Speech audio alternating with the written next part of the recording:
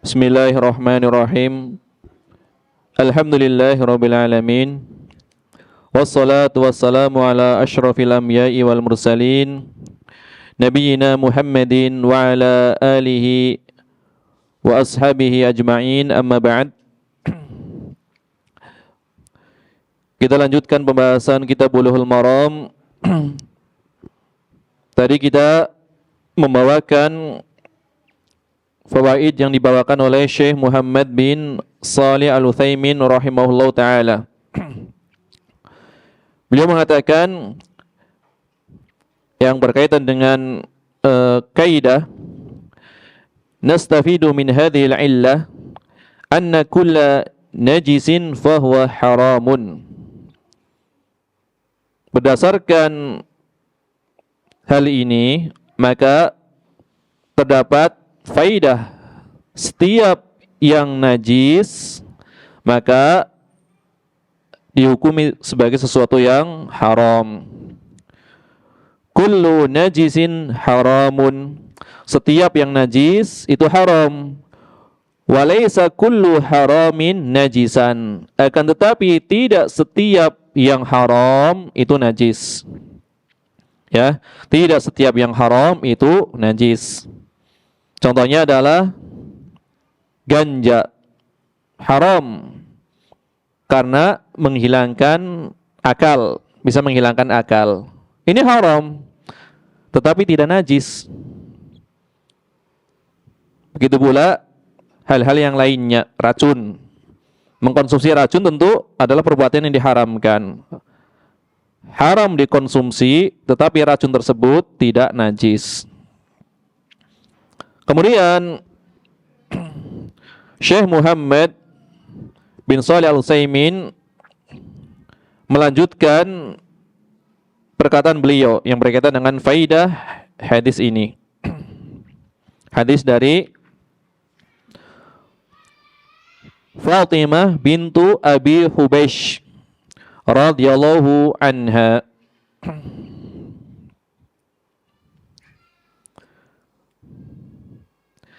Annal irqa la yamna'us salat. Bahwasanya darah yang keluar dari pembuluh darah itu bukan dari lubang rahim, itu tidak menghalangi seseorang untuk sholat.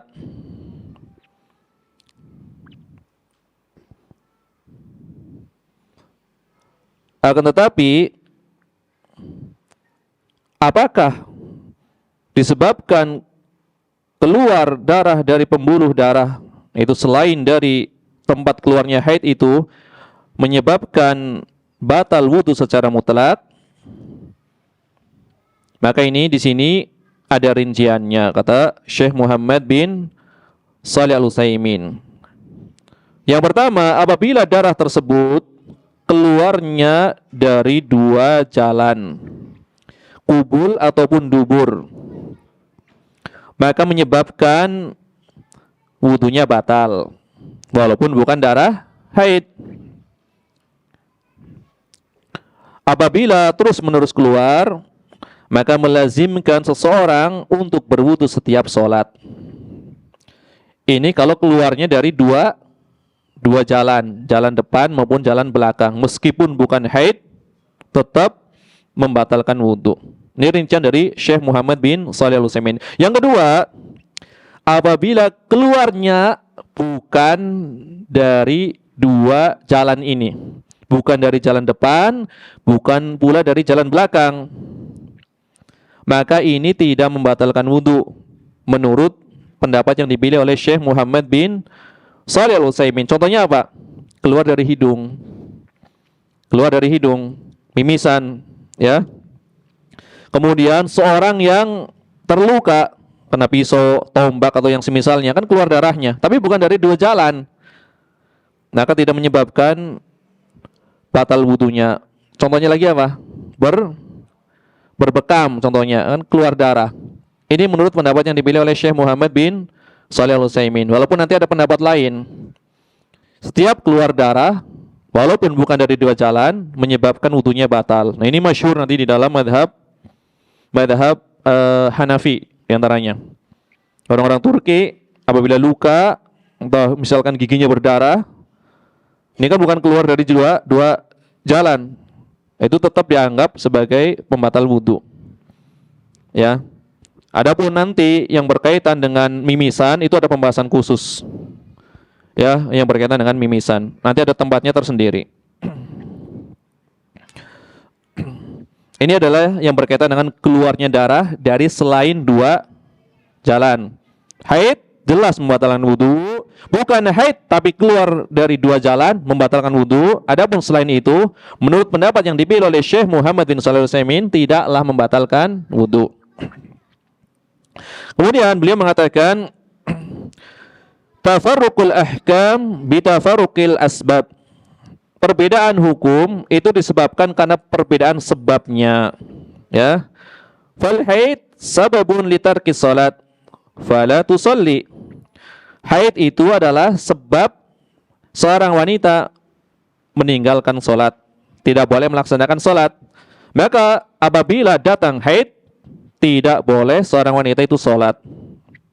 Kemudian wal irku laisa sababan litarkis salat fatusalli. Sedangkan darah yang keluar, ya sedangkan darah yang keluar dari pembuluh darah bukan dari lubang haid, itu bukanlah sebab seorang wanita atau seorang secara umum tadi, ya berdasarkan kasus-kasus yang ada, bukanlah sebab untuk meninggalkan sholat. Maka wanita yang terkena istihadah wajib sholat.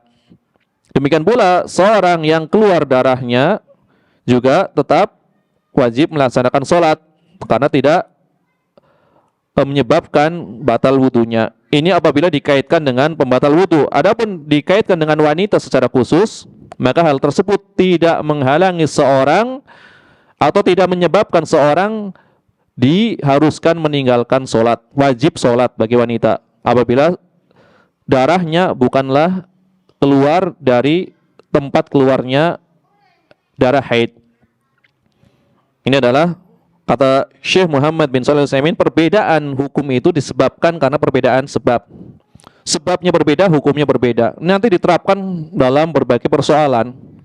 Ya.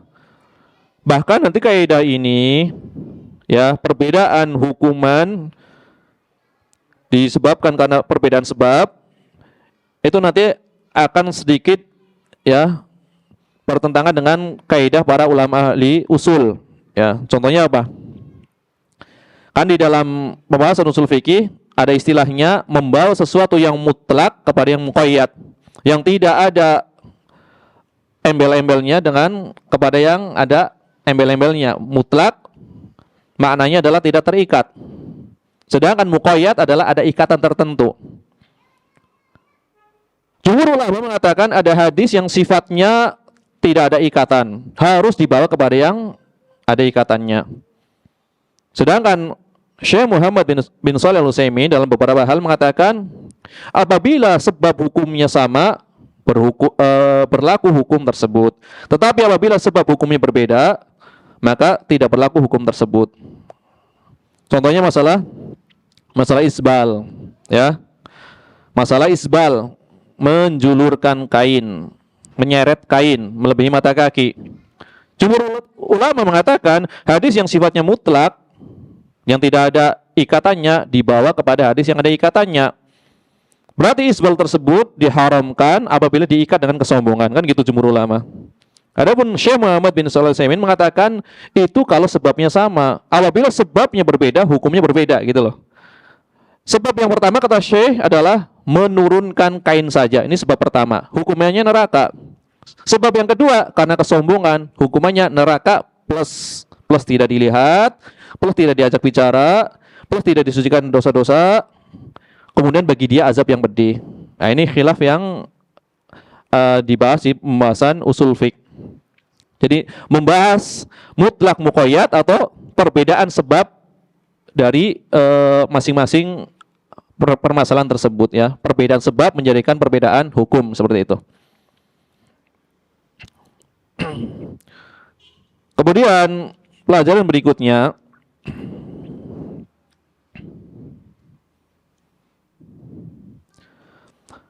apakah darah istihadah itu dimaafkan, yaitu najis yang dimaafkan? Kan tadi dikatakan darah istihadah adalah darah yang najis. Apakah najisnya dimaafkan atau tidak dimaafkan? Kalau darah haid jelas tidak dimaafkan, harus dicuci semaksimal mungkin, meskipun nanti pada akhirnya misalkan masih ada warnanya, tapi udah dikucek, kemudian dibilas nggak bisa hilang warnanya, tetap dikatakan telah suci. Tetapi ini darah istihadah, najis, apakah najisnya dimaafkan atau tidak dimaafkan sebagaimana najisnya haid?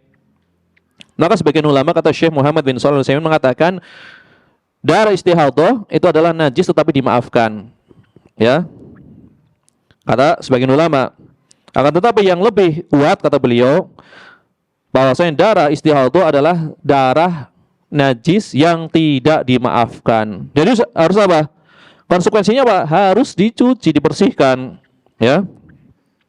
Harus disucikan, dibersihkan. Ini kata Syekh Muhammad bin Shalih Al-Utsaimin. Kemudian pelajaran berikutnya, wujubut tatahur minan najasah yu'khadhu min qawlihi thumma salli thumma litartib fala yajuzu lil insan an yusalliya wa bananuhu mutalattihun bin najasah. Wajibnya bersuci dari najis, membersihkan diri dari najis. Wajibnya membersihkan diri dari najis berdasarkan sabda Nabi SAW, kemudian kamu salat, ya. Setelah apa? Setelah membersihkan darahmu, ya. Cucilah darah tersebut darimu, kemudian salat. Ya. Ini ada kata apa? Thumma, kemudian. Enggak ada urutan berarti kan? Kemudian salat. Berarti didahului dengan apa? Didahului dengan bersuci, membersihkan najis tersebut, kemudian salat. Berarti ada tahap apa? Tahap membersihkan dulu, tahap bersuci. Istilahnya dalam pandangan Syekh Utsaimin adalah ada takhliyah qabla tahliyah. Ya, takhliyah qabla tahliyah. Membersihkan kotoran dulu sebelum mengisinya dengan, ya, menghiasinya dengan amal-amal yang baik. Ya, salat kan berhias dengan amal yang baik. Taharah adalah membersihkan dari kotoran. Takhliyah qabla tahliyah. Itu ada takhalli, ada tahalli, ya. Ini sering dipakai oleh Syekh Utsaimin. Walaupun nanti perkataan ini juga sering dinukil oleh orang-orang ahli tasawuf, ya, di dalam kitab-kitab tasawuf tentunya kan, yang berkaitan dengan tazkiyatun nufus. Tetapi ini sering dipakai oleh Syekh Muhammad bin Shalih Al-Utsaimin. Kemudian apabila seorang lupa, ya, lupa membersihkan najis, kemudian dia mengetahui najis itu setelah sholatnya selesai, apakah dihukumi sah sholatnya? Jadi begitu sholat baru tahu, oh ternyata ada darah tadi, tapi sholatnya sudah selesai, apakah sholatnya sah? Maka menurut Syekh, sholatnya tetap dianggap sah, ya, berdasarkan firman Allah Ta'ala, Rabbana la tu'akhidna in nasina au akhtana. Ya Rabb kami, janganlah engkau menghukum kami disebabkan kami lupa atau kami salah, ya.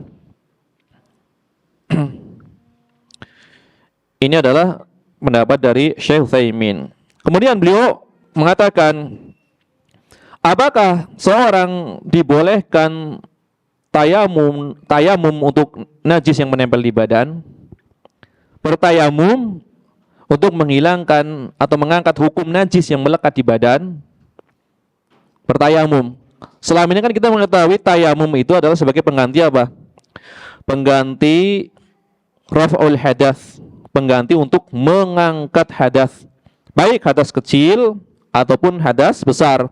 Tapi di sini Syekh bertanya, apakah tayamum, ya, bisa menghilangkan hukum najis yang menempel di badan? Jadi tayamum untuk najis, bukan untuk hadas. Maka kata Syekh, Para ahli fikih dari kalangan mazhab Hambali, mereka menyatakan dibolehkan bertayamum, ya. Dibolehkan bertayamum untuk najis yang menempel di badan, ya. Apabila najis tersebut tidak ada sesuatu yang digunakan untuk menghilangkannya. Jadi misalkan tidak mendapati air, ya sebagaimana keadaan orang yang mau berwudu tidak mendapatkan air, baik secara hakikat maupun secara hukum. Kan dia diperintahkan untuk apa? Untuk bertayamum. Ini kan mengangkat hadas nih. Ini di badan dia atau di badan dia itu ada darah misalkan. Darah kan najis nih. Ya darah itu hukumnya najis. Tetapi tidak ada sesuatu yang bisa digunakan untuk menghilangkan najis tersebut. Airnya tidak ada. Apakah boleh bertayamum untuk menghilangkan hukum najis ini? Najisnya memang masih ada, cuma hukumnya apakah diangkat dengan tayamum? Itu menurut Syekh menukil pendapat mazhab Hambali itu dibolehkan apabila tidak mendapatkan air. Jadi tetap najis, cuma diangkat hukumnya gitu loh. Ya. Sebagaimana orang yang tetap berhadas tetapi hukum hadasnya diangkat. Karena ta'rif taharah di dalam mazhab Hambali kan irtifa'ul hadathi wa ma fi ma'nahu wa zawalul khabas wa irtifa'u hukmi dzalik.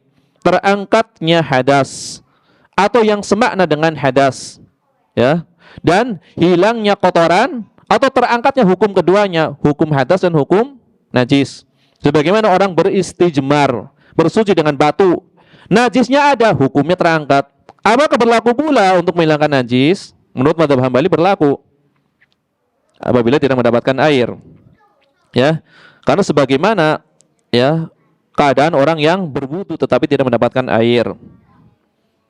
Tetapi kata Syekh, beliau keluar dari mazhabnya dalam masalah ini. Beliau mengatakan la yatayammamu lin najasah, tidak boleh bertayamum untuk menghilangkan hukum najis, ya. Bal yuziluha wa yukhaffifuha ma amkana thumma yusalli ala hasabi hali. Sebisa mungkin dihilangkan dengan selain tayamum. Sebisa mungkin dihilangkan. Walaupun nggak bisa maksimal hilangnya, yang penting berusaha untuk meringankan najis tersebut. Ini kata Syekh Utsaimin, ya.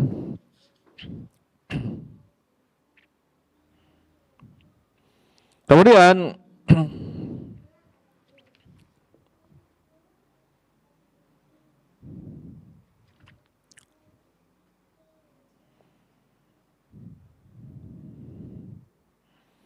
para ulama mengikutkan pembahasan yang berkaitan dengan ya istihadah ini kepada setiap hadas yang sifatnya terus menerus, ya, seperti orang yang kencing terus menerus, kemudian seperti orang yang buang air besar terus menerus, atau setiap orang yang senantiasa keluar angin terus menerus, ini penyakit, maka diikutkan hukumnya sebagaimana hukum istihadah, ya.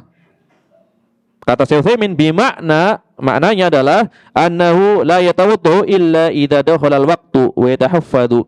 Dia tidak usah berwudu terus kecuali memang apabila mau masuk waktu baru dia berwudu dan dia berusaha menjaganya. Ya. Berarti misalkan ada orang yang senantiasa kencing, maka dia pakai pempes saja. Ketika mau sholat itu dipakai pempesnya. Tapi berwudu dulu. Ternyata di tengah sholat keluar kencingnya, nggak masalah, karena dia senantiasa keluar terus, nggak bisa ditahan. Itu. Kalau punya penyakit yang seperti ini, sebagaimana istihadah, misalkan istihadah dicuci, orang yang kena istihadah dicuci, ya ketika sholat kan bisa aja keluar. Apakah membatalkan sholatnya? Tentu tidak, ya kan? Karena dia telah berwudu. Yang penting nanti setiap masuk sholat berikutnya dia berwudu lagi, kayak gitu. Ya, ini kata Syekh Muhammad bin Shalih Al-Utsaimin.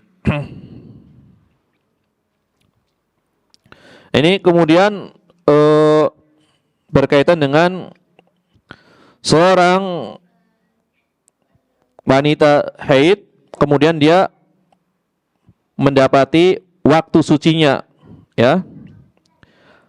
Misalkan di sini beliau mencontohkan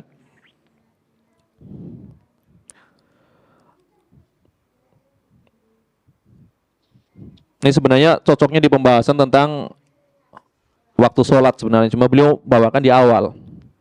Jadi pembahasan waktu sholat. Seorang mendapati waktu sholat dalam keadaan dia baru suci. Kemudian ketika dia bersuci itu, waktu sholatnya tinggal sebentar, masuk sholat berikutnya. Tetapi dia sempat mendapati waktu sholat. Misalkan saya contohkan seperti ini. Seorang wanita, dia haid. Kemudian ketika masih mendapati waktu zuhur, dia suci. Berarti dia wajib sholat zuhur kan asalnya. Ya. Tetapi waktu untuk melaksanakan sholat zuhur itu waktunya sangat sebentar. Jadi apabila dia mandi, pasti lewat sholat zuhurnya, ya, nggak cukup waktunya. Tapi dia sempat mendapati waktu sholat zuhur. Atau misalkan dia bersuci atau dalam keadaan suci ini ketika memasuki waktu sholat subuh. Tetapi sebentar lagi matahari akan terbit. Adapun yang berkaitan dengan sholat zuhur, kemudian sholat maghrib, zuhur berarti dengan asar, maghrib berarti dengan isya, maka itu gampang. Kenapa?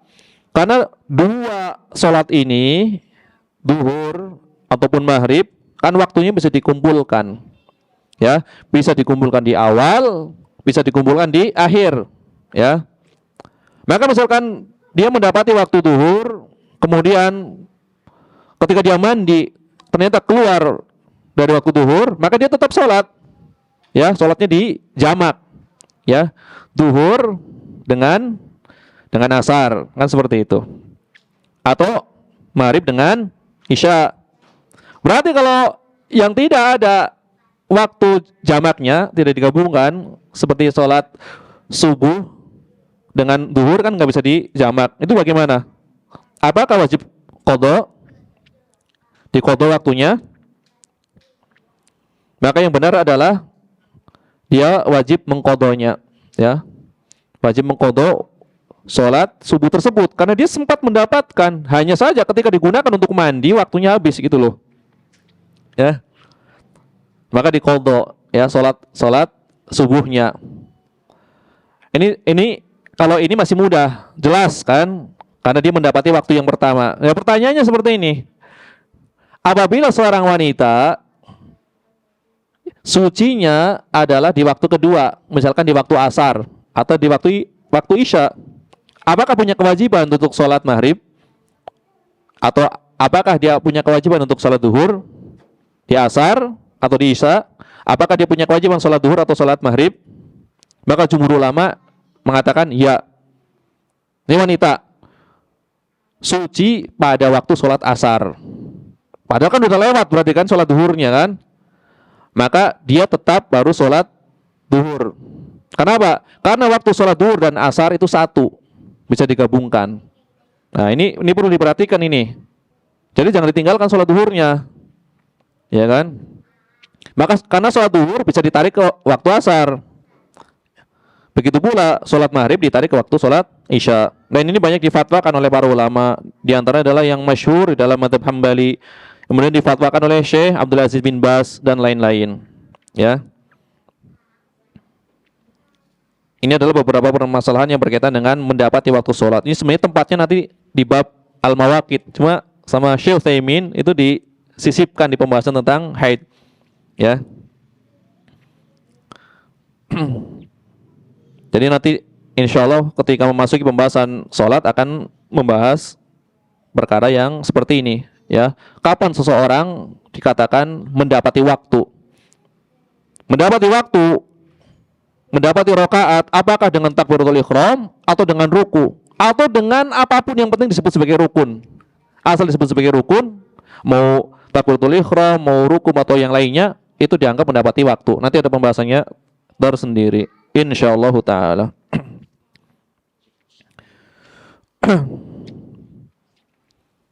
Ya, barangkali itu beberapa faedah yang bisa diambil dari hadis yang dibawakan atau diriwayatkan dari sahabiah yang mulia Fatimah bintu Abi Hubeish radhiyallahu anha. Hadis berikutnya itu yang berkaitan dengan bayanu hukmil madyi atau madhi. Keterangan tentang hukum madhi. Berkaitan dengan hukum air madhi.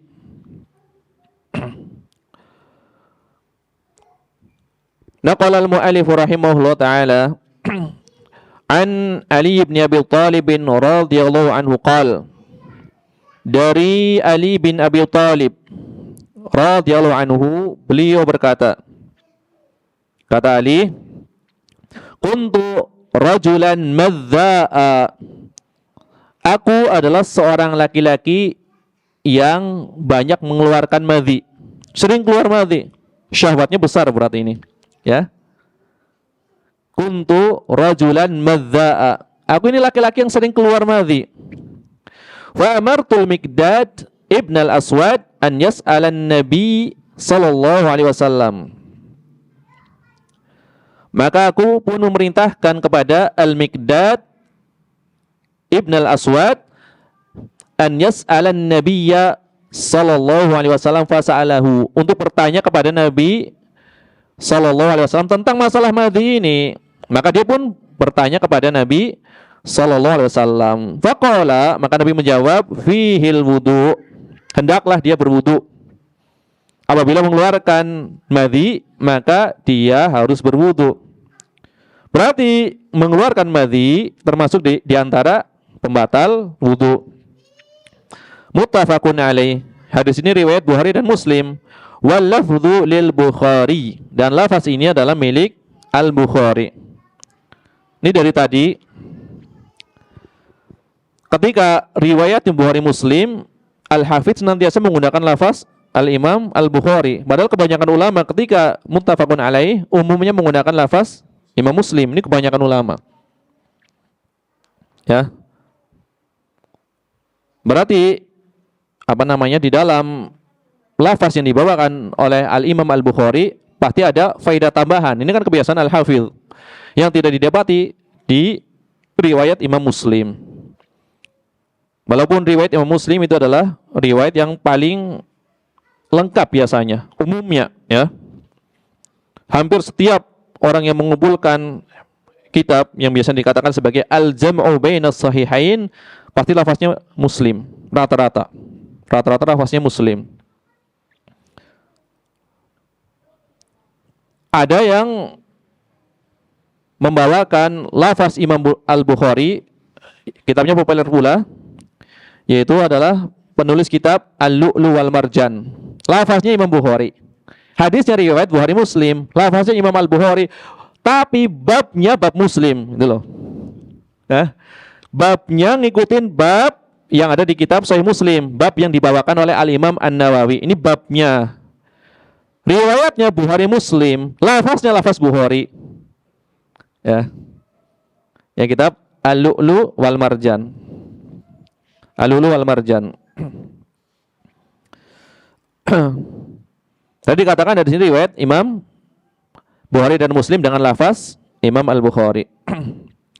Hadis ini diriwayatkan oleh Imam Al-Bukhari di dalam kitab Al-Ilm, ya, Kitabul Ilmi, kitab ilmu.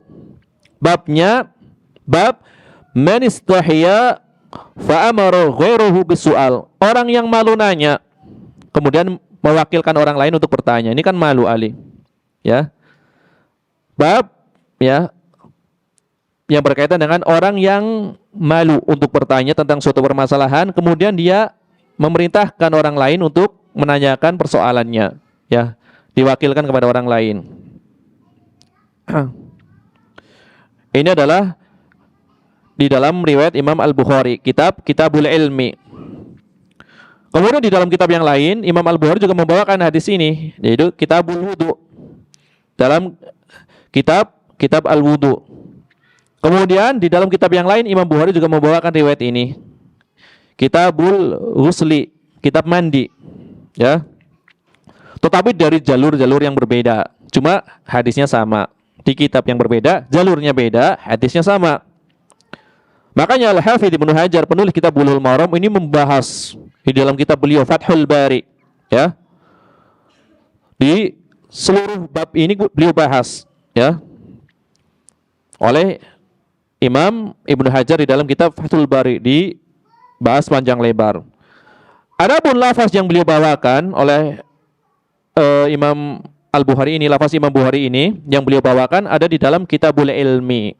Ya, kan tadi ada di kitab ilmu, kitab wudu, sama kitab mandi. Yang dibawakan oleh Ibnu Hajar dalam Bulughul Maram berasal dari Kitabul Ilmi di dalam Sahih Al-Bukhari. Kemudian riwayat ini juga dibawakan oleh Imam Muslim di dalam Kitabul Haid, ya. Babnya oleh Imam An-Nawawi adalah babul madhi atau madhi. Jadi boleh dibaca al-madhiyu atau al-madhiyu. Boleh bacanya. Ya. Tetapi ada tambahan riwayat. Ya, di dalam riwayat Imam Muslim dikatakan minhul wudu. Dari keluar madhi tersebut mewajibkan wudu. Ya. Kemudian Al-Hafidz Ibnu Abdul Bar Al-Maliki beliau mengatakan wal haditsu sabitun 'inda ahli ilmi. Hadis ini adalah hadis yang sahih menurut para ahli ilmu. Memiliki jalur yang sangat banyak. Jalur-jalurnya sangat banyak. Banyak jalurnya. Kemudian beliau bawakan, ya. Ada yang berderajat sahih, ada yang berderajat hasan. Tetapi yang paling bagus adalah yang disebutkan oleh Imam Abdul Razzaq. Imam Abdul Razzaq As-San'ani, guru dari Imam Ahmad bin Hanbal, ya, di dalam kitab beliau Musannaf Abdul Razzaq, ya, kitab Musannaf Abdul Razzaq. Ada dua kitab Musannaf yang terkenal. Jadi kitab Musannaf itu kitab yang mengumpulkan kebanyakan riwayat atau athar dari para sahabat. Ingin mengetahui riwayat fikih para sahabat, maka bacalah kitab Al-Musannaf. Yang pertama adalah Musannaf Ibnu Abi Syaibah. Yang kedua adalah Musannaf Abdul Razzaq. Wah, itu bertabur riwayat para sahabat, fikih para salaf. Nanti akan tercengang. Ternyata para salaf dari kalangan sahabat berbeda pendapat dalam ribuan permasalahan. Dalam kitab Al-Musannaf. Musannaf Ibnu Abi Syaibah, masalah taharah, masalah salat itu banyak sekali khilafnya. Maka riwayat. Makanya ada fikih sahabat. Jadi fikih sahabat itu dikumpulkan, bukan nggak dikumpulkan. Hanya saja, kenapa dikatakan masyhur adalah 4 madhab? Karena tertibnya, kemudian seluruh pembahasan ada. Adapun fikih sahabat kan dalam beberapa permasalahan saja. Dalam bab sholat, sebagian sahabat meriwayatkan ini, sebagian yang lain meriwayatkan itu. Tidak lengkap. Maka dikumpulkan hanya fikihnya dari berbagai sahabat, dari berbagai permasalahan, ya. Jadi bukan tidak ada fikih sahabat, ada, banyak dikumpulkan kitabnya. Ini dua kitab Musannaf, atau ada kitab yang lain karya Imam At-Tahawi, ya, Mushkilil Athar dengan syarahnya, Syarhum Mushkilil Athar, juga membahas banyak, ya, fikih sahabat.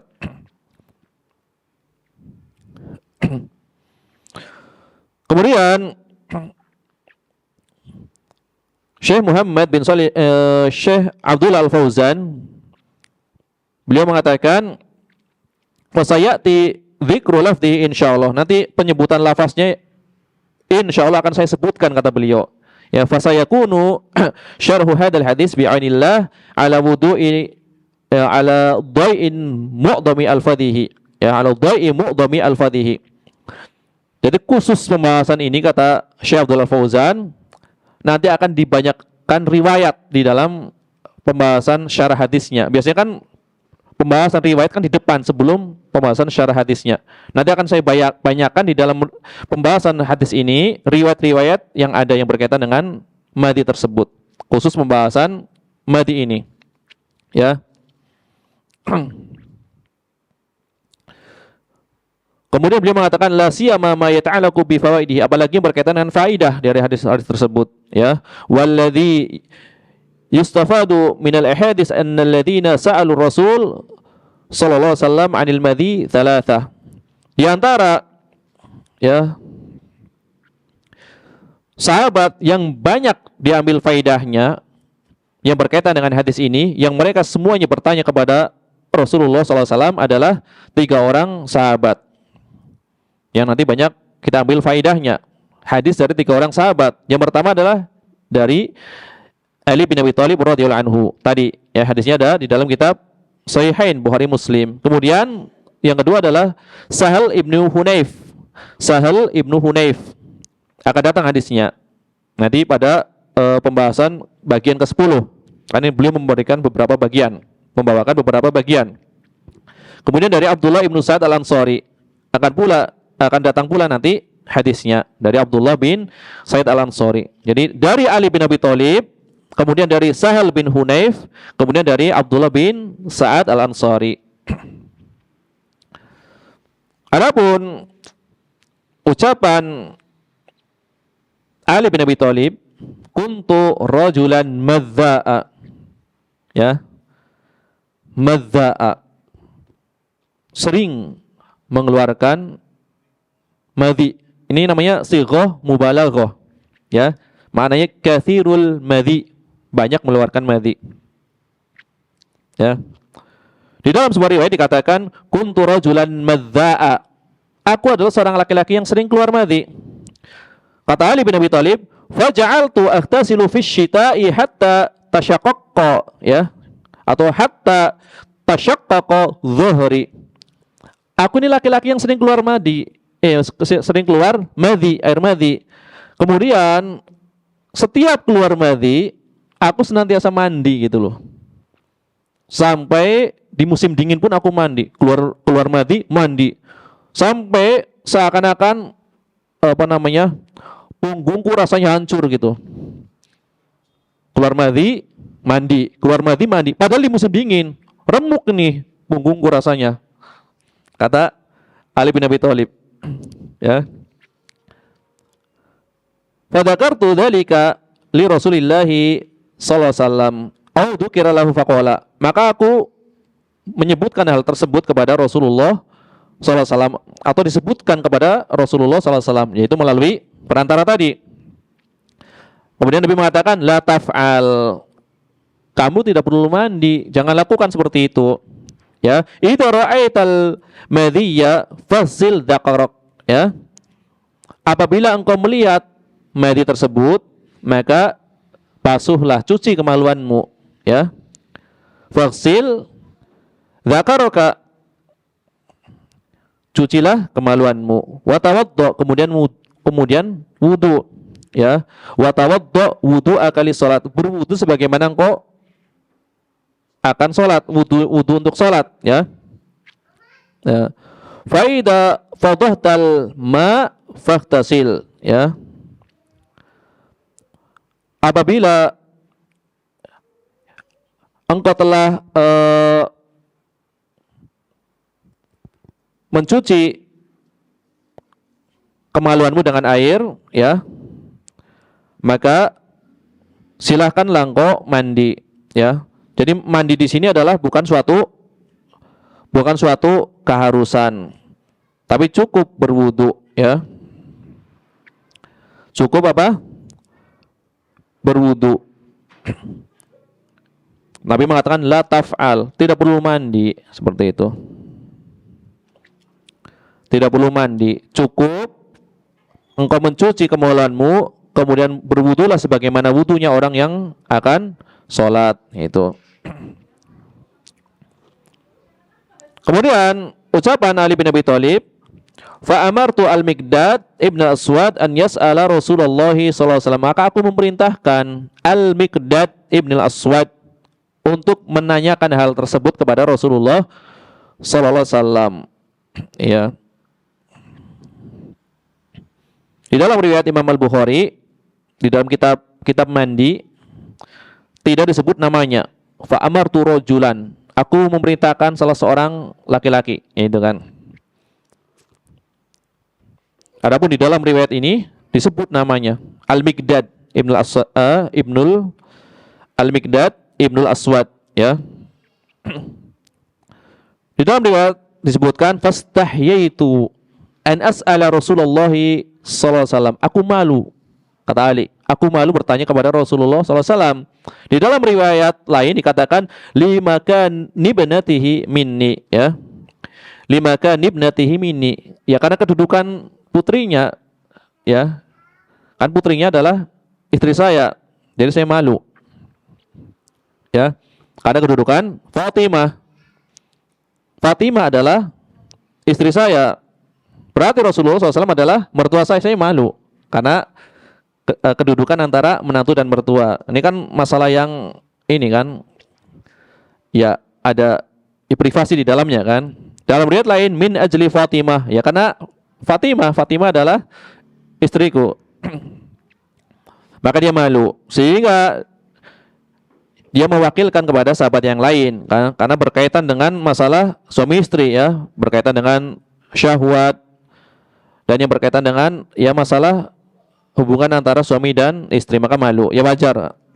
Maka dia mewakilkan kepada Al-Miqdad Ibnul Aswad, ya, yang namanya adalah Miqdad Ibni Amr Ibni Tha'labah Al-Kindi, nisbat kepada Al-Aswad Ibni Abdi Yahuth Az-Zuhri, ya. Dan beliau masuk Islam, Al-Miqdad Ibn Aswad itu termasuk di antara para sahabat yang terdahulu masuk Islamnya. Dan beliau melakukan dua hijrah. Apa yang maksud dua hijrah? Hijrah ke Habasyah sama hijrah ke Madinah. Ini kalau dikatakan dua hijrah secara mutlak. Walaupun nanti terkadang dikatakan dua hijrah sebelum ke Madinah, karena ke Habasyah kan dua kali, ya, hijrahnya dua kali. Tapi kalau dimutlakan maksudnya adalah hijrah ke Habasyah dan ke Madinah. Kemudian dia menikahi seorang wanita yang bernama Duba'ah, ya, bintu Zubair ibni Abdul Muttalib, ya, yang termasuk dari masih kerabat Nabi SAW, ya, dari pihak paman Nabi SAW, ya, dari paman Nabi SAW. Dan beliau mengikuti perang Badar, ya, mengikuti perang Badar dan peperangan setelahnya. Kemudian beliau wafat pada tahun 33 Hijriah. Ya, Al-Miqdad Ibn Aswad ini wafat tahun 33 Hijriah. Kemudian dikuburkan di Baqi. Baqi di mana?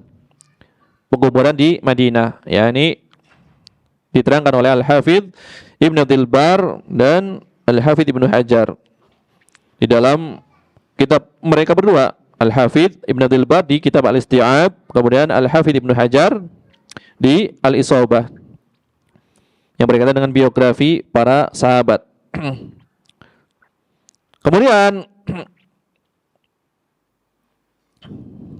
di dalam riwayat yang lain, yaitu diriwayatkan oleh Imam Abdul Razzaq As-Sanani dari jalur Aish ibni Anas, ya, Aish ibni Anas. Ada Aisyah, kalau ini laki-laki, Aish ibni Anas. Aish ibni Anas mengatakan, tadzakara Ali bin Abi Thalib wa Ammar ibnu Yasir wal Miqdad ibn al-Aswad al-Madhiya. Tiga orang dari kalangan sahabat, yaitu Ali bin Abi Thalib, kemudian Ammar bin Yasir, kemudian Al-Miqdad ibn al-Aswad, itu berbincang-bincang, berdialog, bahas masalah Madhi, ya, ngobrol masalah Madhi ini. Tiga orang laki-laki ini kalangan sahabat. Ini didengar oleh Aish bin Anas. Faqala Ali, kemudian Ali membuka pembicaraannya. Kata Ali, inni rajulun madza, ya, inni rajulun madzaun. Aku ini seorang laki-laki yang sering keluar madhi itu. Fas'alu Rasulullah sallallahu alaihi wasallam andalik. Tolonglah kalian tanyakan kepada Rasulullah SAW tentang keadaanku. Ya. Fa ini astahi an as'alahu an dzalika limakan ibnatihi minni. Karena saya malu nanya langsung ke Rasulullah SAW karena kedudukan putri beliau, yaitu Fatimah, istriku. Laula maka ibnatihi minni la sa'altuhu. Sekiranya bukan karena kedudukan putri beliau, niscaya aku akan nanya langsung, gitu kan? Faqala Aish atau Ais, ya. Wa sa'ala ahadur rajulain Ammar awil Mikdad. Maka salah satu dari dua orang tersebut, yaitu Ammar atau Mikdad, menanyakan kepada Nabi sallallahu alaihi wasallam tentang permasalahan yang dialami oleh Ali bin Abi Thalib. Ya, ini riwayat dari Imam At-Tirmidzi, kemudian Nasai, kemudian riwayat Imam Ahmad bin Hambal. Tadi dikeluarkan oleh Imam Abdul Razak pula, ya. Abdul Razak As-Sun'ani. Ya, As-Sun'ani bukan Sun'ani penulis Subul Salam. As-Sun'ani gurunya Imam Ahmad bin Hambal. Di dalam riwayat yang lain, ya, memerintahkan Ammar disebut namanya. Kalau riwayat ini kan tadi antara dua orang ini, Mikdad atau Ammar. Riwayat terdahulu Mikdad. Riwayat lain yaitu riwayat dari Imam An-Nasai, ya. Imam An-Nasai itu yang diperintahkan untuk bertanya adalah Ammar ibn Yasir, ya. Kemudian di sini disebutkan Sa'altun Nabiyya sallallahu alaihi wasallam 'anil madhi. Aku bertanya kepada Nabi sallallahu alaihi wasallam tentang madhi. Faqala, ya, minal madhi al-wudu. Apabila keluar madhi maka wajib wudu. Wa minal maniyyi al-ghuslu. Apabila keluar mani maka mandi. Ya, keluar madhi wudu, keluar mani mandi. Ya. Ini adalah pertanyaan dari Ammar ibni Yasir radhiyallahu anhu.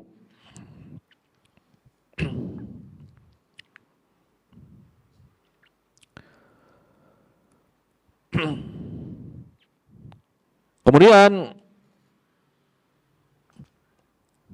ucapan Nabi SAW fihi al-wudu, pada keluarnya madhi tersebut mengharuskan wudu. Jadi dalam riwayat Muslim minhu al-wudu, dari keluar madhi mengharuskan wudu, ya. Ada fihil wudu, ada minhu al-wudu, tapi maknanya sama, harus berwudu. Adapun Al-Hafidz Ibnu Hajar tidak menyebutkan riwayat yang lain yang menyatakan dan cucilah kemaluanmu, tapi hanya mengatakan apabila keluar madhi berwudulah. Karena Ibnu Hajar kaitannya adalah membawakan hadis ini di dalam bab pembatal wudu, ya. Maka difokuskan apa? Keluar madhi mengharuskan wudu, kan itu. Padahal riwayat lengkapnya bukan hanya disuruh berwudu, tetapi disuruh dicuci kemaluannya, ya. Ya, barangkali Al-Hafidz Ibnu Hajar mencukupkan riwayat ini yang berkaitan dengan wudu saja, ya. Karena kaitannya dengan nawaqidul wudu, pembatal wudu. Adapun mencuci kemaluan itu berkaitan dengan menghilangkan najis, ya. Maka Imam Ibnu Hajar tidak memandang membawakan lafaz itu secara lengkap. Yang penting syahidnya bahwasanya keluar madhi itu adalah membatalkan wudu, kan seperti itu. Ini adalah yang berkaitan dengan riwayatnya atau pembahasan makna secara global. Adapun pelajaran-pelajaran yang bisa diambil dari hadis ini, ya, pelajaran yang pertama, hadis ini sebagai dalil bolehnya seseorang mewakilkan kepada orang lain, yaitu suatu pertanyaan atau meminta fatwa. Disebabkan karena udzur, diantaranya dalam malu atau yang semisalnya, ya. Sama saja, baik yang ingin meminta fatwa itu hadir maupun tidak hadir. Misalkan ada di suatu ruangan, orangnya hadir, cuma yang ngomong orang lain, atau dia di rumah yang nanya hadir di majelis, itu sama aja boleh, ya. Ini adalah pelajaran yang pertama. Makanya Imam Al-Bukhari membawakan suatu bab di dalam kitab beliau, bab manistahya fa'amara ghairahu bisu'al. orang yang malu untuk bertanya dan dia mewakilkan kepada orang lain untuk bertanya. Itu bab yang dibawakan oleh Imam Al-Bukhari. Tetapi ada syaratnya, ya. Syarat seseorang itu bisa menjadi wakil. Dikatakan an yakunal wakil mawthuqan fi fahmihi wa hifdhihi wa dinihi. Orang itu harus thiqah, ya, bagus pemahamannya, hafalnya kuat, agamanya pun bagus. Jadi nanti nggak melenceng soalnya, ya. Soalnya itu tepat gitu.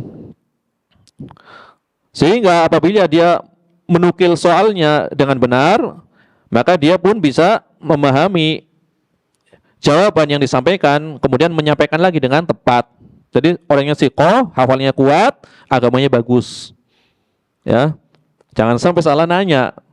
Ya. Jangan sampai salah nanya. Kemudian al-hadisu dalilun ala annahu yuqbalu khabarul wahid fil masail al-ilmiyah war riwayah idza kana al-mukhbir thiqah. Di dalam hadis ini terdapat dalil bolehnya menerima khabar wahid, ya, khabarul wahid.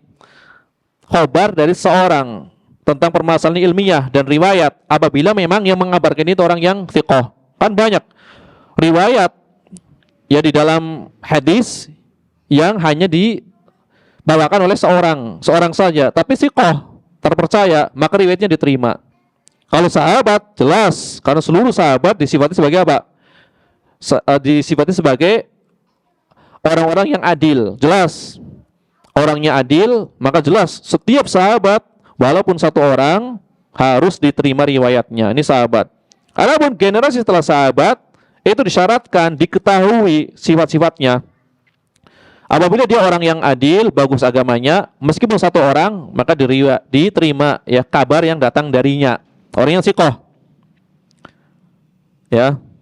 Misalkan Imam Asy-Syafi'i ketika membawakan riwayat, beliau terkadang hanya menyebut sifatnya.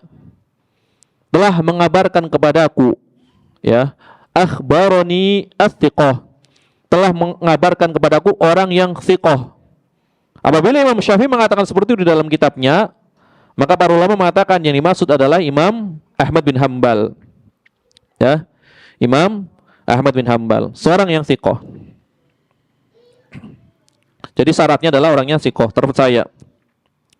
Kemudian pelajaran berikutnya, ana minal adab wa husnil muasyarah ma'al ashar an la yadhkura az-zawj ma yata'allaqu bi asbabil jima' wa muqaddamatihi wal istimta' bi zawjah ma hadrati abiha aw akhiha aw ibniha aw ghairihim min aqaribiha ma qawni su'al fil hadis an hukmin syar'iyyin fa kaifa idza dzakara dzalika li ghairi hajah. Di antara adab yang bagus, pergaulan yang bagus antara seorang menantu dengan mertua adalah seseorang ini tidak menyebutkan apa yang berkaitan dengan jima, kemudian pemanasannya, kemudian bersenang-senang dengan istrinya, ya. Tidak membahas itu dengan kehadiran ayah dari istrinya atau saudaranya atau anaknya atau yang selain dari mereka, dari kerabatnya. Jadi tidak dibahas ya bersama para kerabatnya, ya.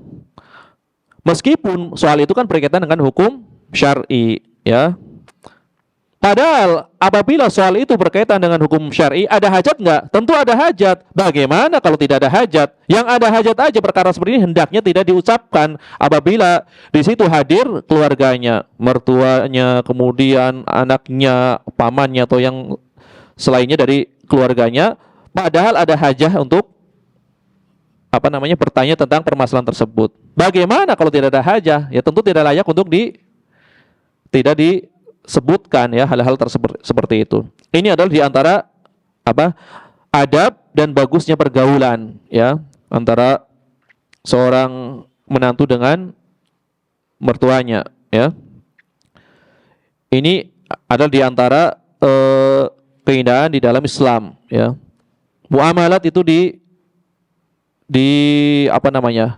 pergaulan, kemudian yang berkaitan dengan muamalah itu dijaga ya. Ini menunjukkan ketinggian syariat ya di dalam agama Islam. Kemudian pelajaran berikutnya, al-hadisu dalilun ala najasatil madhi. Hadis ini sebagai dalil bahwasanya madhi itu adalah najis, ya. Madhi itu najis.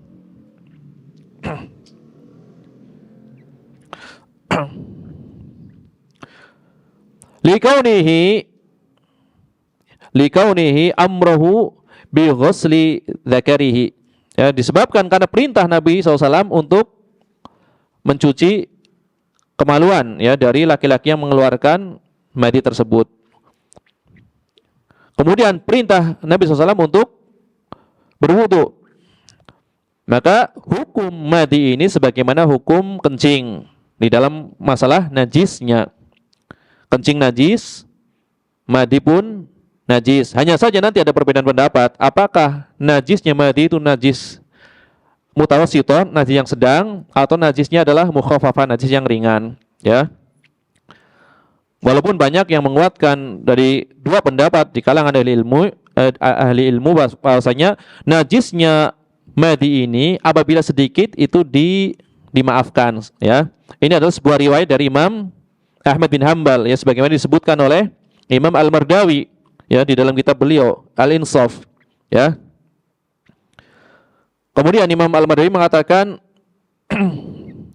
wa huwa shawab khususan fi haqqi syabab. Maka ini pendapat yang benar.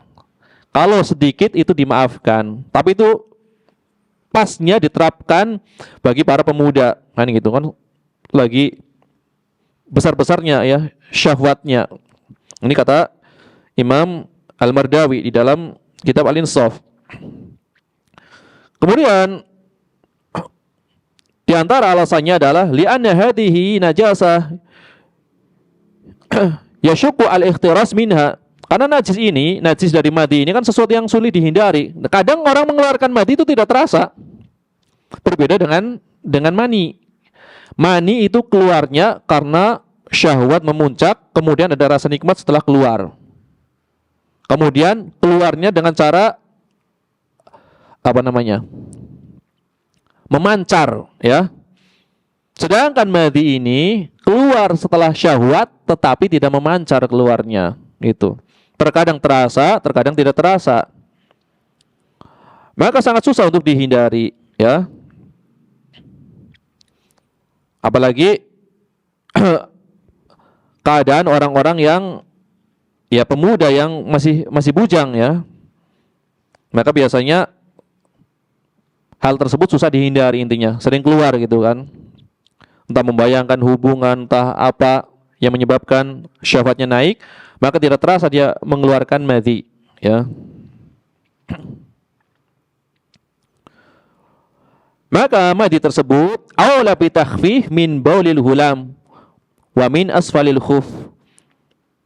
Maka lebih utama madhi itu ada keringanan daripada kencingnya bayi laki-laki yang masih memakan hanya yang belum memakan selain air susu, dan lebih layak lagi diringankan daripada keadaan bawah khuf, ya kan? Bawah khuf aja diringankan dengan diusap di atasnya, kencingnya bayi laki-laki diringankan dengan hanya diperciki atau disiram dengan air tanpa perlu dicuci, maka keadaan orang yang mengeluarkan madhi lebih layak, ya, untuk diringankan najisnya, ya, karena susah untuk dihindari. Ini adalah, ya, yang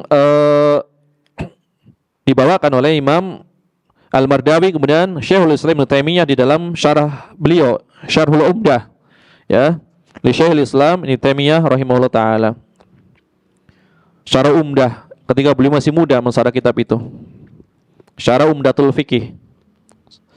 Syarah tapi levelnya itu level tinggi.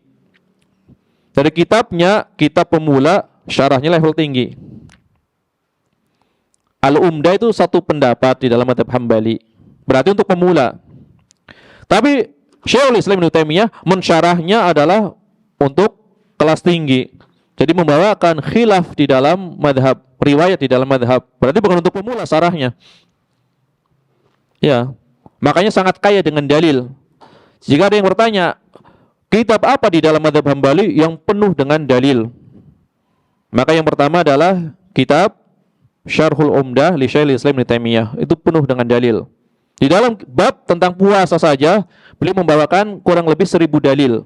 Di kitab puasa saja. Sama-sama pentahkiknya yang meneliti kitabnya kebingungan. Ini dari mana beliau dapatnya?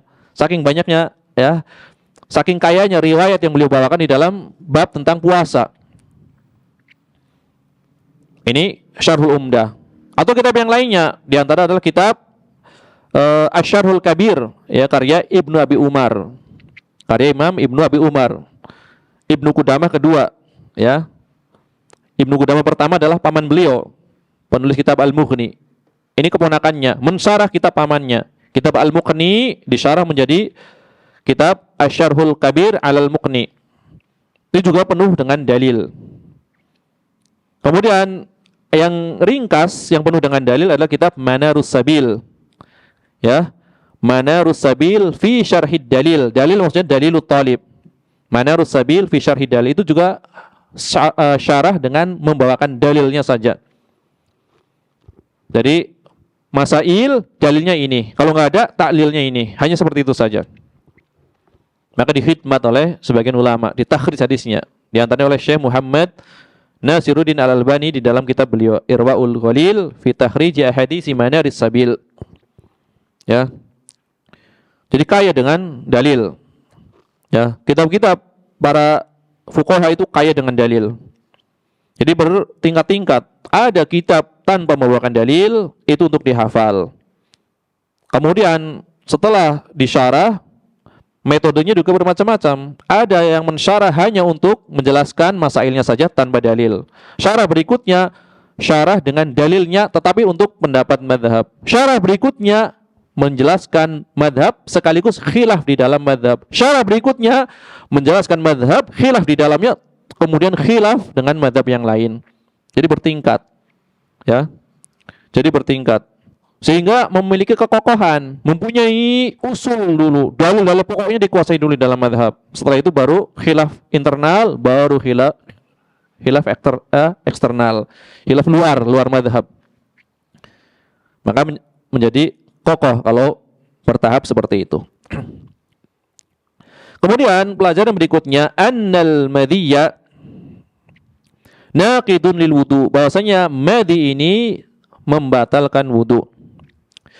Fa yatawaddu minhu liqalihi ighsil dzakaraka wa tawaddu, maka mewajibkan berwudu berdasarkan sabda Nabi SAW, cucilah kemaluanmu dan berwudulah. Wala yujibul ghusla bil ijma', tidak mewajibkan mandi secara ijma'. Tidak wajib mandi secara ijma' apabila mengeluarkan madhi. Kama hakahu Ibnu Abdul Bar, sebagaimana ijma' yang dihikayatkan oleh Imam Ibnu Abdul Bar, ya, dalam kitab At-Tamhid. Kemudian Imam Ibnu Qudamah juga menukil ijma' tersebut dari Imam Ibnul Mundhir, ya. Menukilnya di dalam kitab Al-Mughni, dibawakan di dalam kitab Al-Mughni, dinukil dari kitabnya Imam Ibnul Mundhir yang berkaitan dengan ijma'. Berarti ada ijma' ini, tidak wajib mandi apabila keluar madhi. Kemudian di dalam hadis riwayat Abdullah bin Sa'ad Al-Ansari, kan tadi kan ada 3 sahabat, Ali bin Abi Thalib, siapa lagi? Ya. Yang kedua Sahal ibnu Hunayf, kemudian Abdullah bin Sa'ad Al-Ansari. Ini di dalam riwayat Abdullah bin Sa'ad Al-Ansari, dia berkata, sa'altu Rasulullah SAW amma yujibul ghusla wa 'anil ma'i yakunu ba'dal ma'i. Faqala dzakal madhiyu, ya. Wa kullu fahlin bimadhiyin wa taghsilu min dzalika farjaka wa unthayaika wa tawadda wudu'aka lis-salat. Ini bertanya kepada Rasulullah SAW tentang perkara yang mewajibkan mandi, yang dikaitkan dengan air, maksudnya keluarnya air.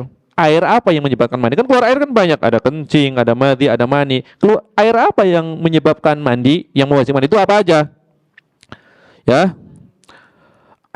Maka Nabi SAW itu adalah air madhi, ya. Maka cukup engkau mencuci kemaluanmu dan, nah ini ada tambahan di riwayat ini. Ini madzhab Hambali. Dalilnya ini, cuci kemaluanmu dan bahasa ilmiahnya apa itu?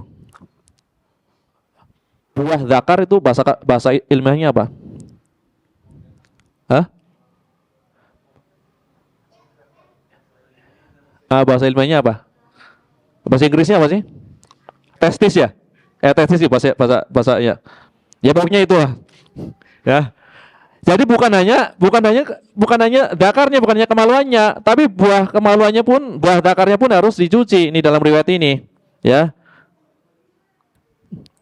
Maka engkau cuci kemaluanmu wa unsayaik, dan dua buah dakarmu itu dicuci.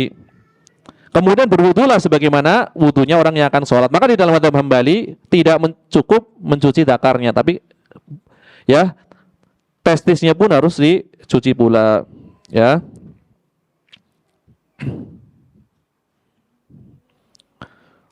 Walaupun jumhur ulama yang mencukupkan mencuci kemaluannya saja, ya. Karena tadi kan ada tambahan riwayat, ya. Kemudian pelajaran berikutnya,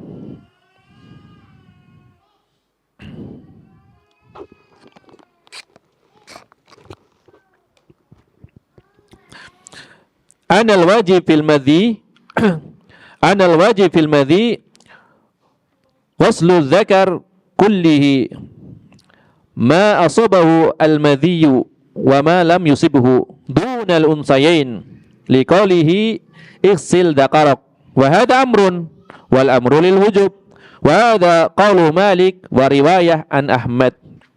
Berdasarkan, ya, hadis ini, riwayat yang datang tadi, yang wajib di dalam mencuci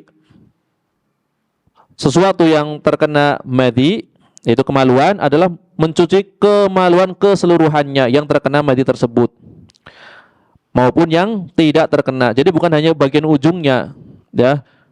Dari ujung sampai pakal itu dicuci semua.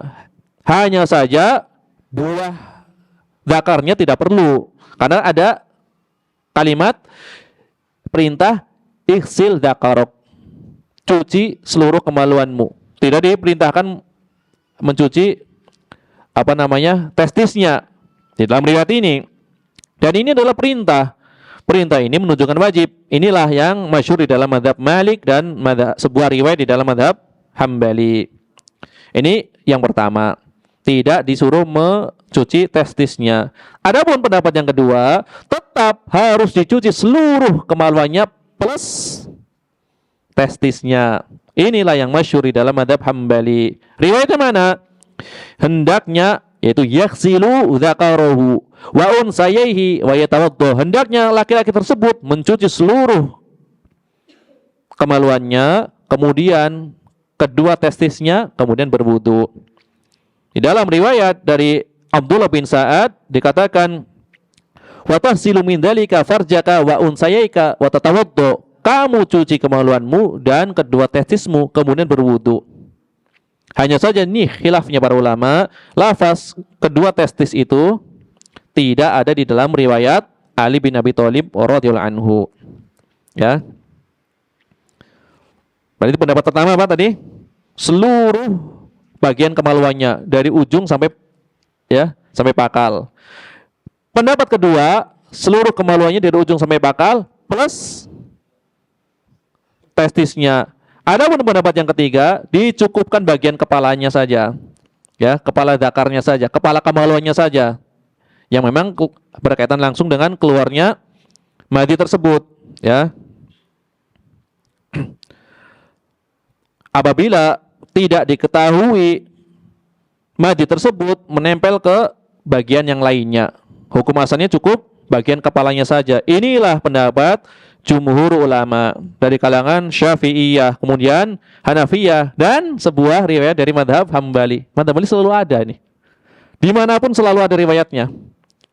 Pendapat pertama ada, pendapat kedua masyhur, pendapat ketiga pun sebuah riwayat di dalam mazhab Hambali, ya. Jadi ini disamakan dengan najis-najis yang lainnya. Ya kalau tidak terkena najis ngapain dicuci, kan seperti itu. Jadi harus jelas, yang terkena najis dicuci, yang tidak jelas tidak perlu, kan gitu. Ini adalah pendapat jumhur ulama. Kalau dari kaidah secara umum, memang pendapat ketiga ini kuat. Kaidah secara umum, Kan gitu. Cuma kan di sini ada riwayat khusus. Perintah apa? Cucilah kemaluanmu dan kedua testismu kan gitu. Susah amat. Ya. Kedua buah takarmu kan seperti itu. Ada perintah di sini. Ya. Maka berdasarkan ini, maka pendapat kedua itu lebih hati-hati dan lebih aman. Apabila telah mencuci kemaluan seluruhnya, kemudian testisnya kan jelas apa? Jelas dianggap telah memenuhi kan gitu. Tidak ada perbedaan pendapat tentang seorang tersebut dianggap telah bersuci secara sempurna. Yang dikhilafiahkan kalau sekedar kepalanya atau hanya bagian kemaluannya saja kan dikhilafiahkan. Lagi-lagi apa? Keluar dari perselisihan lebih utama. Yang disepakati telah dicuci apa? Ya dicuci semua. Ya, itu kan lebih aman. Ini kaidah ya yang sering dibawakan di dalam mazhab Hambali ya. Keluar dari perselisihan itu dianjurkan. Itu, dianjurkan. Karena pendapat kedua tadi kan ada lafaz yang umum ya. Lafaz yang umum. Mau diketahui terkena najis atau enggak, disuruh untuk dicuci.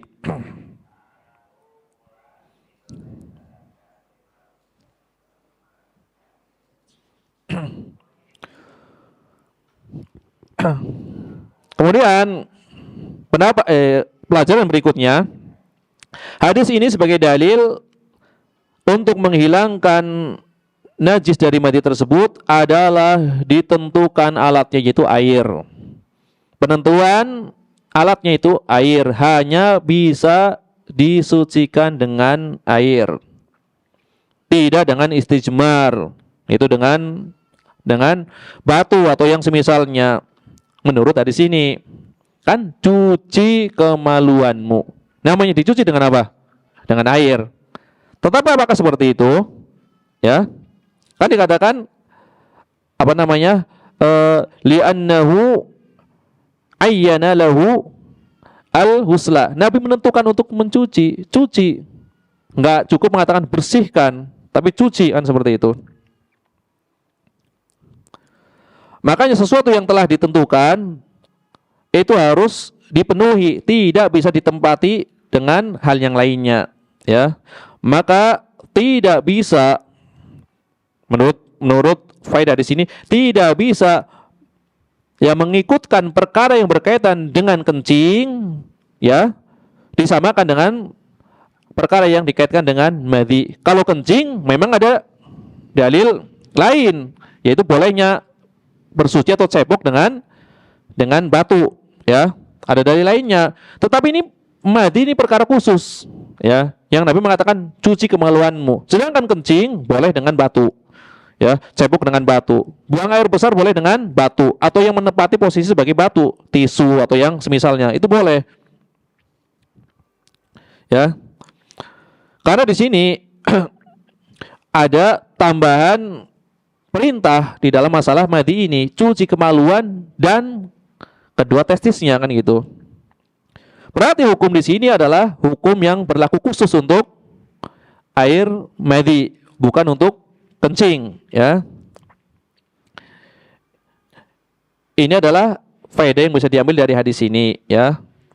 Yang menurut sebagian para ulama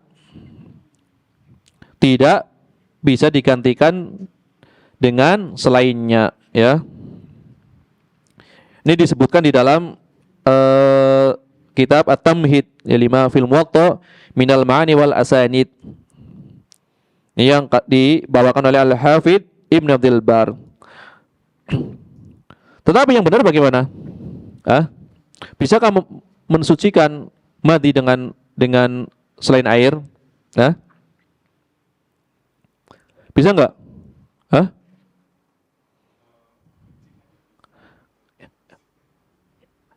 Iya. Nanti akan dibahas ini di pelajaran, ya.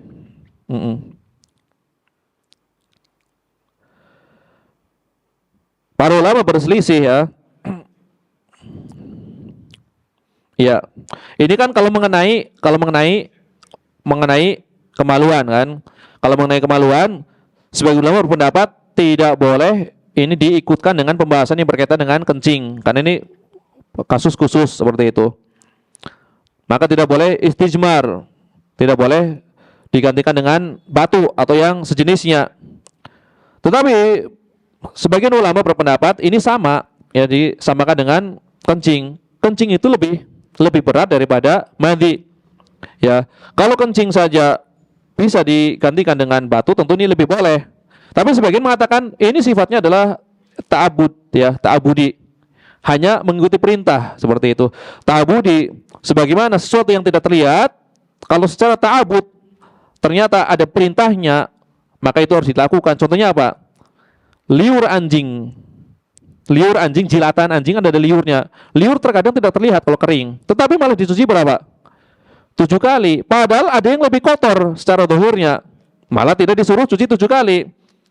Sebagaimana anjing itu yang tidak kelihatan najis dari liurnya, maka madhi seperti itu, meskipun dohurnya lebih berat air kencing, tetapi kan di sini ada perintah yang sifatnya ta'abudi, ya. Ta'abudi apa? Akalnya tidak bisa mencerna. Pokoknya Nabi menyuruh melakukan, maka laksanakan, kan seperti itu.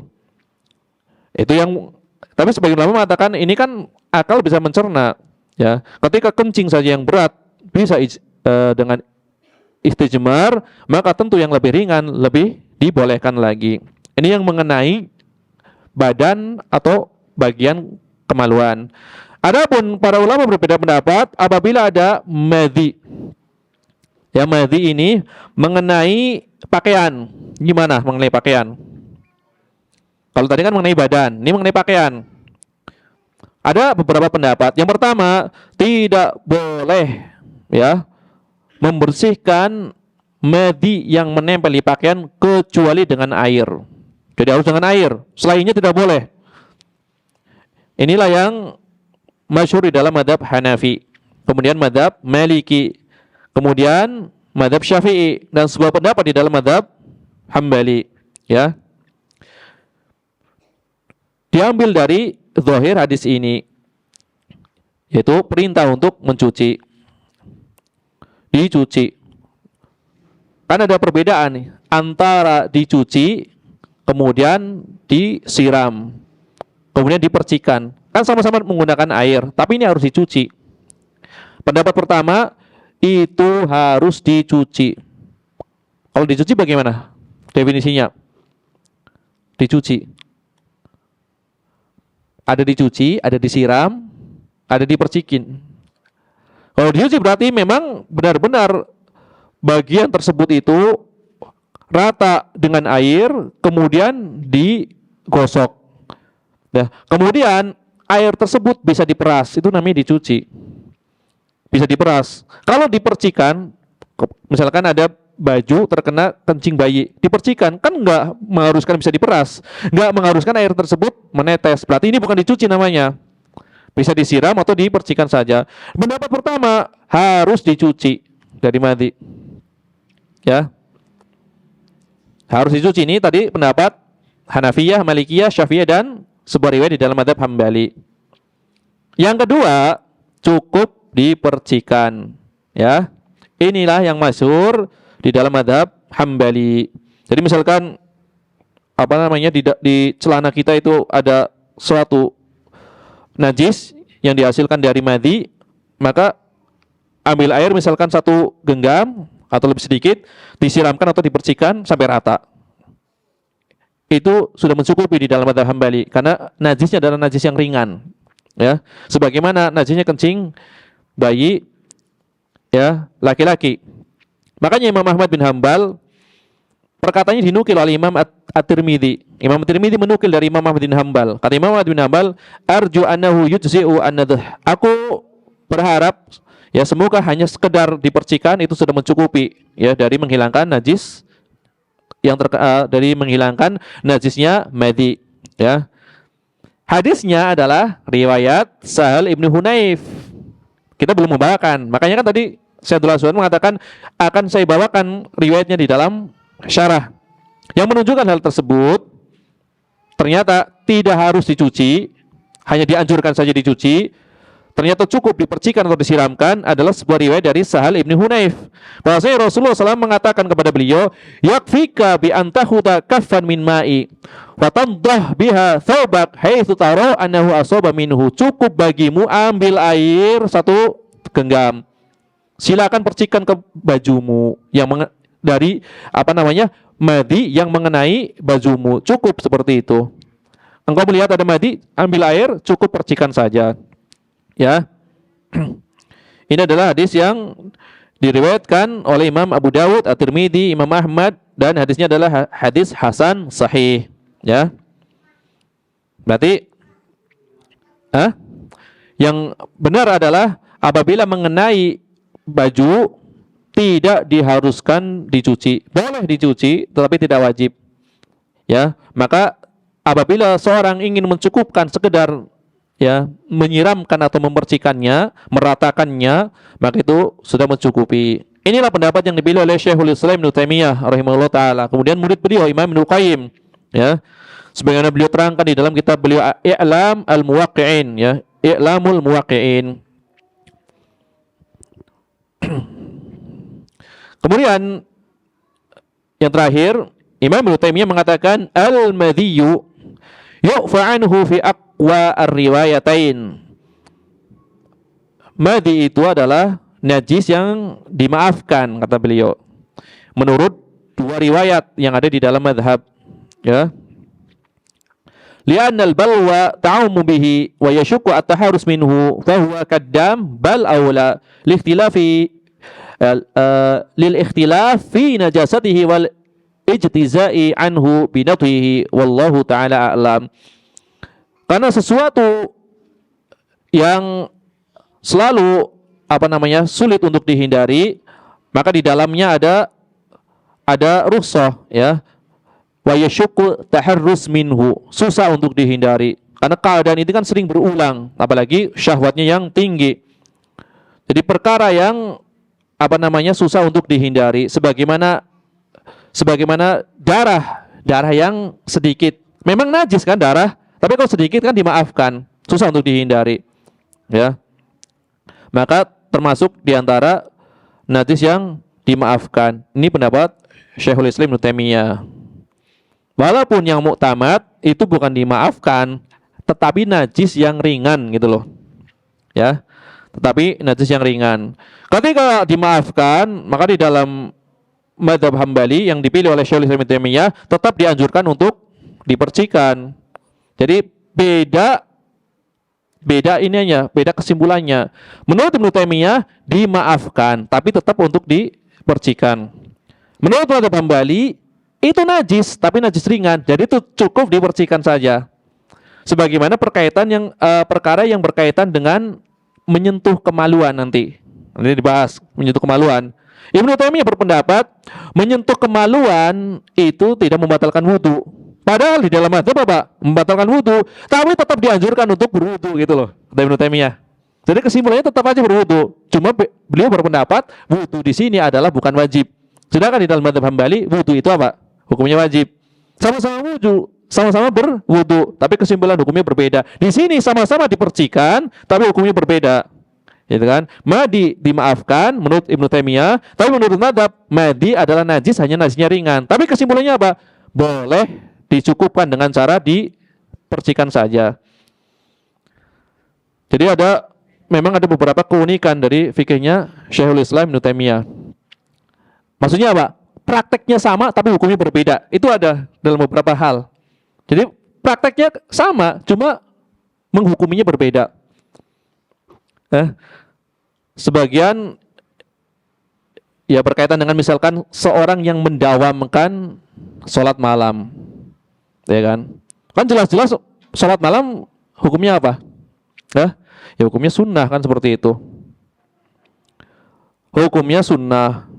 Tetapi meninggalkan sholat malam yang jelas-jelas prakteknya sama-sama sunnah, itu bisa mubah, bisa makruh, bisa mubah, bisa makruh. Padahal sama-sama hukumnya hukumnya sunnah. Kalau yang tidak terbiasa sholat malam, meninggalkan sholat malam nggak makruh.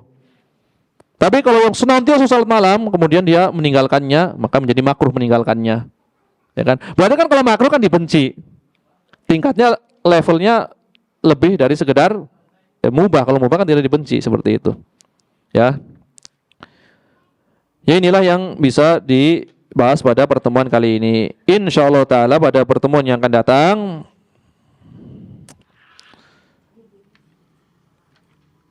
hadis yang berkaitan dengan apa nih? Apakah menyentuh wanita membatalkan wudu? Kan gitu. Karena hadisnya adalah yang berkaitan dengan Nabi mencium salah satu dari istri beliau. Walaupun nanti Imam Al-Bukhari mengatakan hadisnya dhaif, kan gitu. Ya. Nanti ada rincian khilaf di kalangan para ulama, ya. Yang berkaitan dengan menyentuh wanita. Apakah termasuk pembatal wudu? Insyaallah taala akan kita bahas pada pertemuan yang akan datang. Ya, kita tutup dengan zikir kafaratul majlis. Subhanakallahumma bihamdika asyhadu an la ilaha illa anta astaghfiruka wa atubu ilaik. Wa sallallahu wasallam ala nabiyina Muhammad wa ala alihi wa sahbihi ajmain wa akhiru da'wana alhamdulillahi rabbil alamin.